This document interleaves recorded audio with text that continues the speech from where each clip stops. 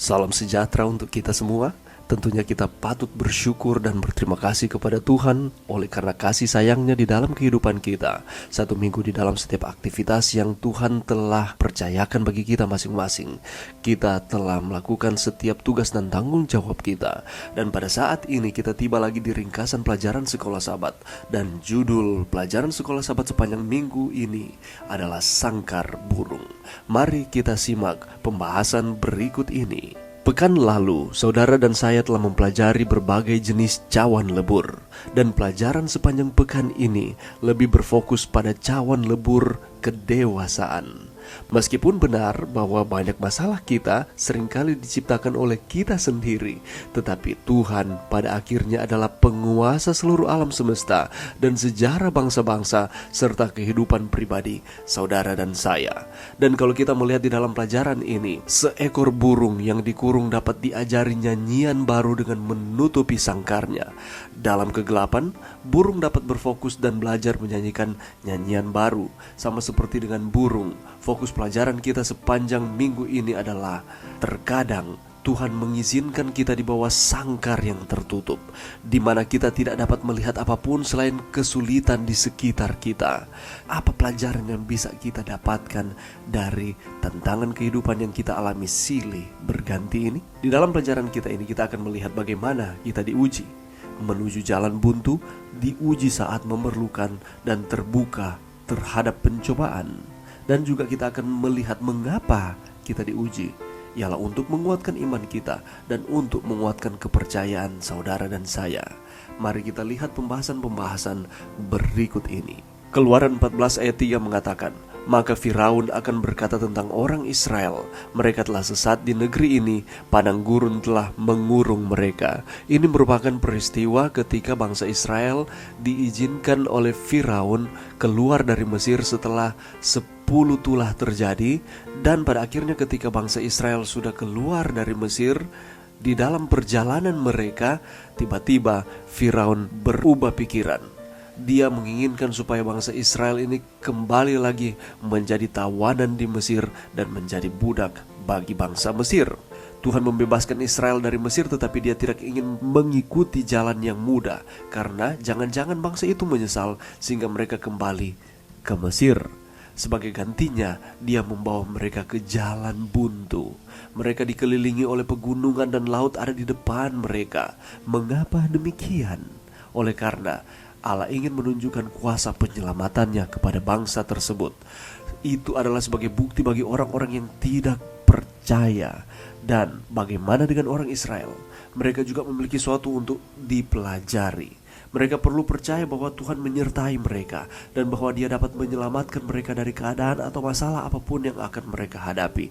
Karena pada waktu itu ketika mereka melihat Firaun beserta dengan pasukannya ada di belakang mereka sedang mengejar dengan kereta kuda mereka, dan di depan mereka ada laut merah. Tidak mungkin dengan pikiran ataupun dengan kuasa manusia akan mampu untuk menyeberangi akan laut tersebut. Sehingga mereka kembali bersungut-sungut kepada Musa, bahkan bersungut-sungut kepada Tuhan. Mereka katakan, mengapa engkau membawa, katanya, mereka di tempat ini dan membiarkan mereka mati seperti ini? Lebih baik, katanya, mereka menjadi budak di Mesir dibandingkan harus mati seperti ini. Mereka melupakan penyertaan Tuhan. Mereka melupakan mujizat Tuhan. Ada 10 tulah diberikan kepada bangsa Mesir untuk menunjukkan bahwa ada Allah dan ada tiang awan, tiang api menyertai mereka. Tetapi ketika masalah datang, mereka meragukan Tuhan. Itulah sebabnya Allah mengizinkan mereka berada di situasi pelik seperti ini, supaya mereka mengandalkan Tuhan, tidak mengandalkan akan pikiran mereka sendiri. Demikian pula dengan kita. Seringkali kita diperhadapkan dengan tantangan kehidupan di dalam kehidupan saudara dan saya. Gantinya kita bersungut-sungut di tengah-tengah tantangan kehidupan. Allah sedang menunjukkan kuasa penyelamatannya kepada saudara dan saya. Dan supaya kita percaya, karena seringkali kita tidak percaya kepada Tuhan. Kita harus menyerahkan pikiran dan hati kita kepada Tuhan, terutama di saat-saat sulit. Kita harus rela membiarkan Dia mengajar kita. Mungkin kita lihat prosesnya menyakitkan, tetapi setelah proses tersebut, sama seperti dengan cawan lebur, emas itu dilebur berkali-kali, tetapi setelah itu akan menghasilkan emas yang murni. demikian pula dengan kita. Lewat tantangan kehidupan, penderitaan, tekanan yang datang, pada akhirnya, dan kita memutuskan untuk percaya kepada Tuhan, pada akhirnya kita akan ditemukan setia dan kerajaan sorga menjadi bagian kita. Peristiwa berlanjut di dalam kehidupan bangsa Israel. Kalau kita membaca di dalam Keluaran 17 ayat 7, di sana dikatakan, adakah Tuhan di tengah-tengah kita atau tidak? Ini merupakan pertanyaan keraguan-raguan yang dialamatkan kepada Tuhan dari bangsa Israel tersebut. Mereka melupakan bahwa Tuhan menyertai mereka. Mereka melupakan bahwa Allah memberikan mujizat ketika mereka harus diperhadapkan dengan Laut Merah dan juga Firaun dan pasukannya yang mengejar mereka. Tetapi di saat ini mereka kembali melupakan Tuhan. Setelah menyeberangi Laut Merah, Tuhan memimpin Israel ke tanah kering.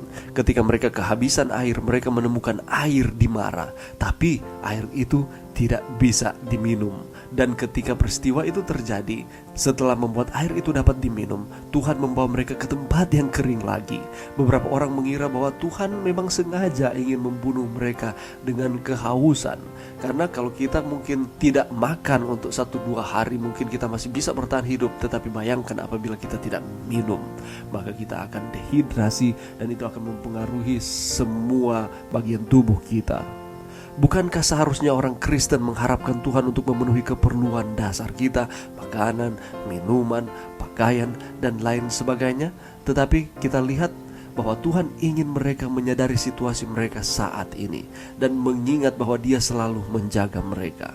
Mereka harus memahami bahwa mereka memerlukan Allah, bahwa mereka tidak dapat melakukan apapun tanpa Dia. Kita harus menyadari di dalam setiap situasi kehidupan kita, sama seperti dengan bangsa Israel ini, bahwa Tuhan tidak meninggalkan. Allah mengizinkan terjadi, tetapi Allah adalah Allah yang penuh dengan kasih sayang, yang akan terus menyediakan kebutuhan kita. Itulah sebabnya Allah mengizinkan ketidakadaan air terjadi di dalam pengalaman kehidupan Israel, tetapi pada akhirnya Allah menyediakan. Dan ini merupakan bukti kasih sayang Tuhan. Demikian pula dengan kita. Kita seringkali diuji saat kita memerlukan, contohnya makanan, minuman, atau pakaian, atau apapun itu. Tetapi ingat, Tuhan tidak akan pernah meninggalkan kita. Dia tahu yang terbaik di dalam kehidupan kita. Yang harus kita lakukan adalah terus percaya kepada Tuhan. Apakah kita percaya kepada Tuhan di dalam setiap kehidupan kita? Dalam belas kasihan kepada kita, Dia tidak selalu menempatkan kita di tempat yang paling mudah. Karena jika Dia melakukannya dalam kemandirian kita, kita akan lupa bahwa Tuhan adalah penolong kita pada saat diperlukan. Kekecewaan dan pencobaan diizinkan menimpa kita agar kita dapat menyadari ketidakberdayaan kita sendiri dan belajar untuk berseru kepada Tuhan untuk pertolongan, seperti seorang anak ketika lapar dan haus memanggil ayahnya di bumi. Kita sudah menemukan jawabannya mengapa kita seringkali mengalami kekecewaan, pencobaan di dalam kehidupan kita, supaya kita tidak bergantung kepada diri kita sendiri, tetapi bergantung kepada Tuhan, dan Dia akan memberikan pertolongan. Setelah pengalaman bangsa Israel, kita sudah lihat bersama ada 2 peristiwa yang telah terjadi di dalam kehidupan mereka.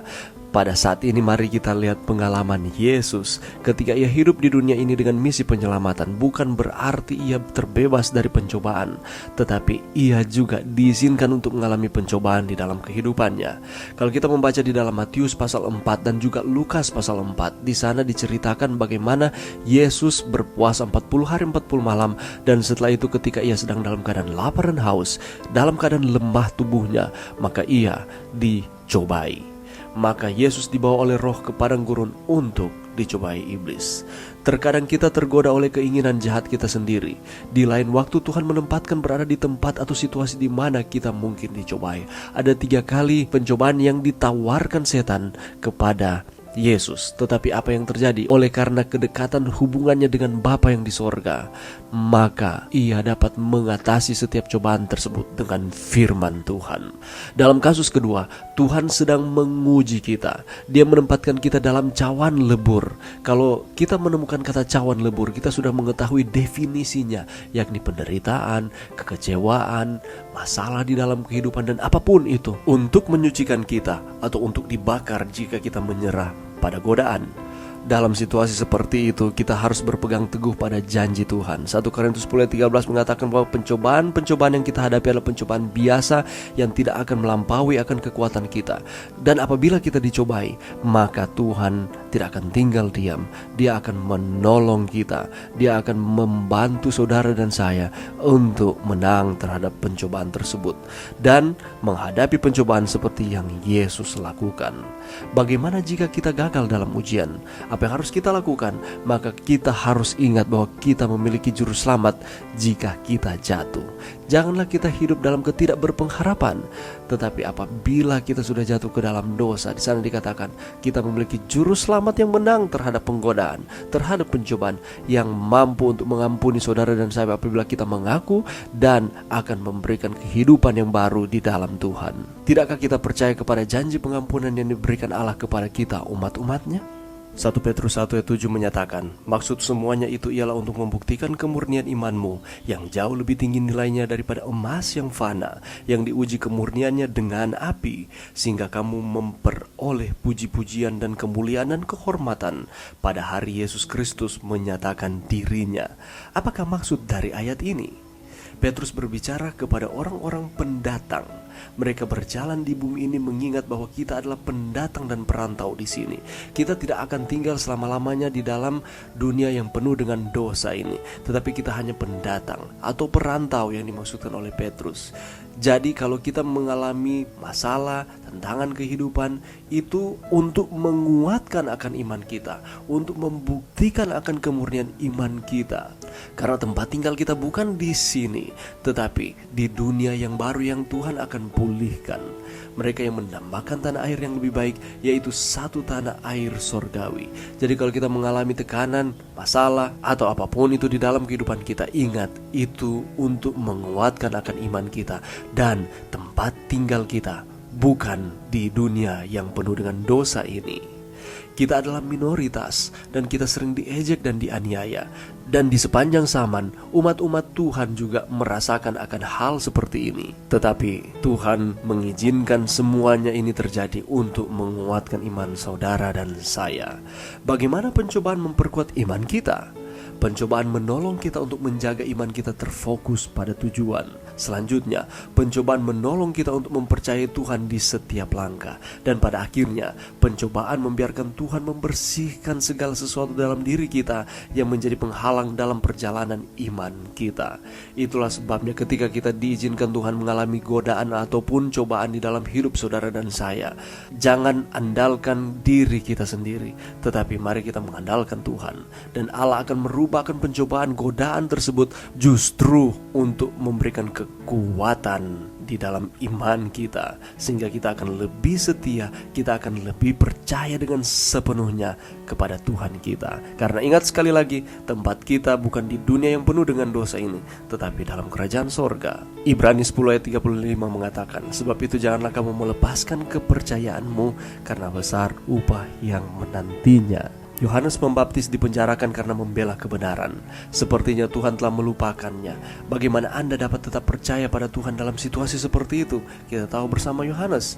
Dan pada akhirnya akhir kehidupannya adalah ia dipenggal kepalanya. Tetapi apakah Tuhan melupakan dia? Allah tidak melupakan dia, tetapi Allah tahu ia sanggup melewati akan pencobaan seperti itu, dan ia terus percaya kepada Tuhan. Dengan iman, mengingat janji Tuhan, percaya kepadanya dan segala sesuatu yang telah dia tuliskan dalam firman-Nya. Demikian pula dengan kita. Kita harus percaya kepada Tuhan walaupun kelihatannya tidak ada Tuhan, karena masalah kehidupan datang silih berganti. Tetapi justru di saat itulah ketika Tuhan mengizinkan kita untuk mengalami tantangan kehidupan, Allah sementara menolong saudara dan saya untuk terus percaya dengan sepenuhnya kepada Tuhan. Janganlah kita meragukan Tuhan. Memang ini mudah untuk diucapkan, tetapi seringkali ketika kita mengalami tekanan di dalam kehidupan, kita seringkali tawar hati dan mulai mempertanyakan Tuhan. Itulah sebabnya ada pelajaran sekolah Sabat seperti ini. Tujuannya adalah untuk saling menguatkan satu dengan yang lain, supaya kita dimampukan oleh Tuhan percaya sepenuhnya hanya kepada Tuhan.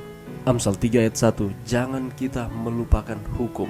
Hukum itu adalah pemberian Allah. Hukum itu merupakan cerminan kasih Allah di dalam kehidupan kita.